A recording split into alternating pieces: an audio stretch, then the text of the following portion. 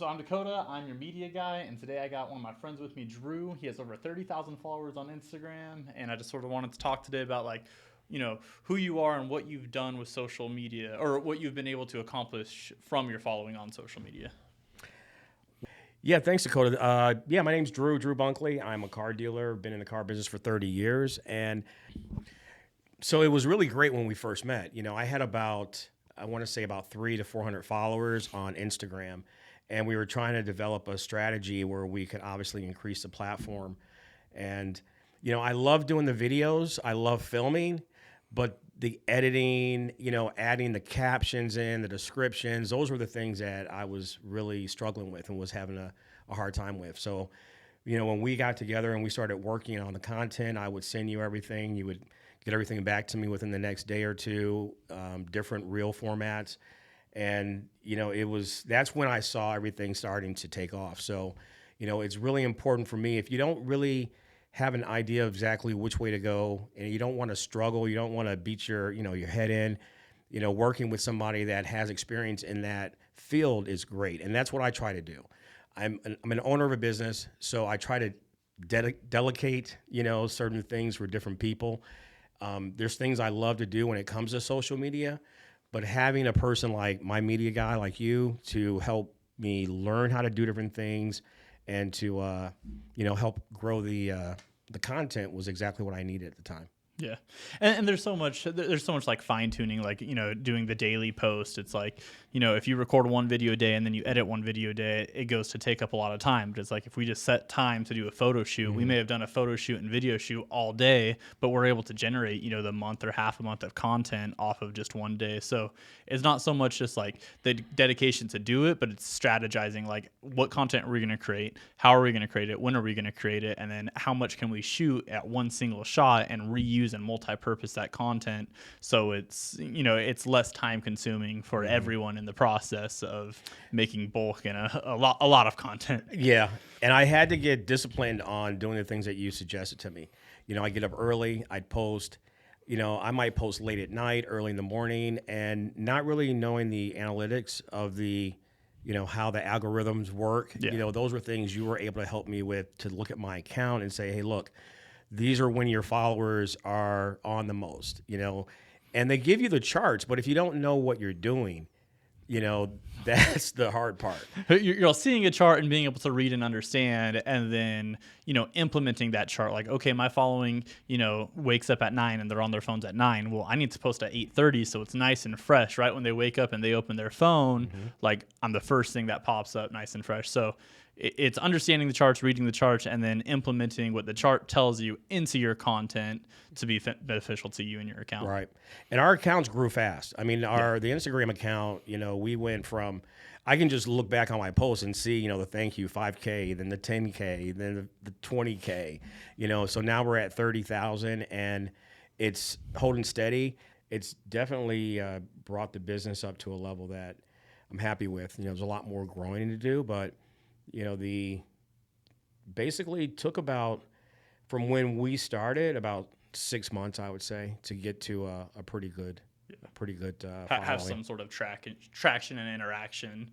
So it's like where we could post, and we've done a lot from the page. So I think we've been probably like over 2 years now. We've been working on it.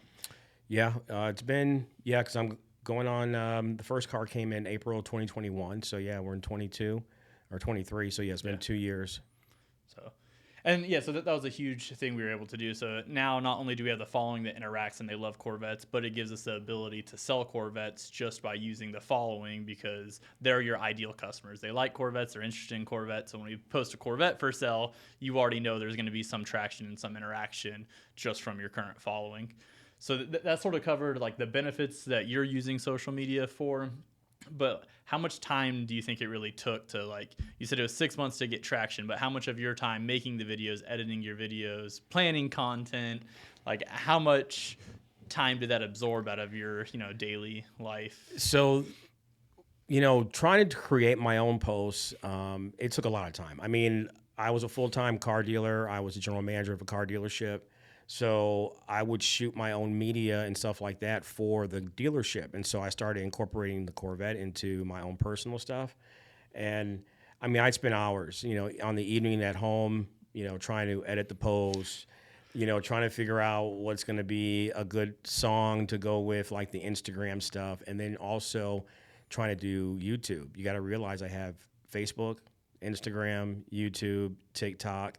Those are my main accounts. So it's a lot of time, especially learning that different platforms don't want you to use the same format from other platforms. So there's a lot of editing that goes into it. I mean, I would spend probably on an average about an hour to 2 just doing my editing and trying to figure out, exactly which platform to do specific type of editing for. You have to have a strategy and a plan for social media across the board. So Instagram's a little bit more lenient. We can do any type of Corvette page, but for results on YouTube, which I think is like one of your big focuses right now, we're going on the how-to. So why do you plan out your content per platform?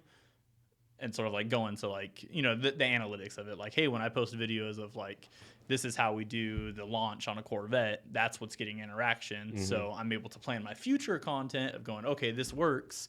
Why don't I do this more often? Or, this is the type of content that is, driving in views and driving my following. Yeah. So when I started off my YouTube channel, just being in car sales, it was more of, different vehicles. I was demonstrating on how to do certain things. Being in the car business, I might get, I might have 30, 40 cars that month where I can go through each individual car. And that was doing well for me. Then I started doing different type of platforms, or I started doing different type of videos on YouTube that were not getting the type of viewership that I was getting with the other vehicles. So now what I've decided to do is basically go back to the how-to videos, how to do like launch control, how to set up the infotainment system, to customize it with your key versus the second key.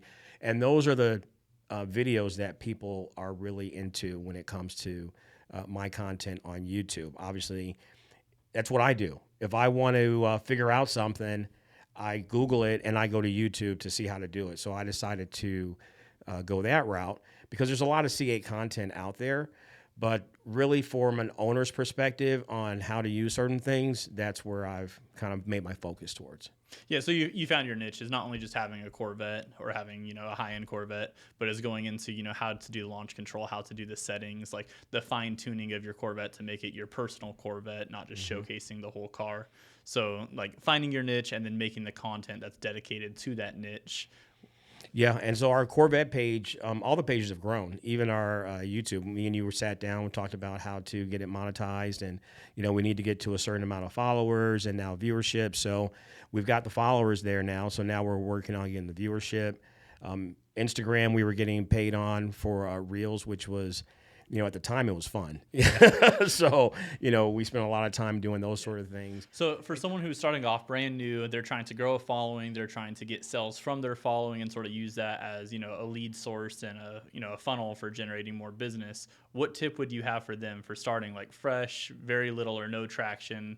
What would be your tip to get them going? So really knowing your niche, not jumping around from different things. I started off with the Corvette, but obviously I had another page for my car sales. So when I would try to incorporate the car sales for other vehicles into my Corvette page, I would get no response. So really you got to stick to your niche. If you're going to create a page for a specific thing, make sure that that is what you concentrate on, whether it's for marketing, real estate, automotive, information, trying to teach people other things. You have to stick to that because your followers are going to expect that from you. Yeah. So yeah, you have a following on Instagram. You have following all over. I think Instagram's our biggest right now, around 30,000. So if you're not following them, check them out. C8 Matrix on Instagram. Your CH Matrix everywhere? It's C8 Matrix across the board. Instagram, Facebook. Actually, Drew Bunkley is my personal pages, but I have C8 Matrix for YouTube, Instagram, and TikTok. But what I did was I created different things for different platforms. So like my YouTube, I try to do more how-to videos on my Corvettes. The Instagram is just kind of wide open on all type of Corvette content. And I also share other people's vehicles. And then TikTok is a little bit longer format. So there I try to go into my rental business and the car sales, and I kind of get a little bit deeper into, how to on those platforms. I really found out that I don't have to do super outrageously production type videos. We did a lot of drone work. The drone work is nice for certain things, but it's not necessarily, I don't have to go out there and spend hours on trying to create content. Sometimes the simple stuff is far more better than stuff that you spend, 2-3 days trying to produce. You spend 2 or 3 days producing, you fine tune it, you make it perfect, and you're like, this is going to do great, and it gets no views, no interaction. And you're like, you guys don't know how much time I spent, my soul, my heart's in there. And then you do a fast little walk around with your phone, and it just like blows off. And you're like, that's what you like? Like, really? Like, yeah. I spent all this time making this like perfect, ideal video.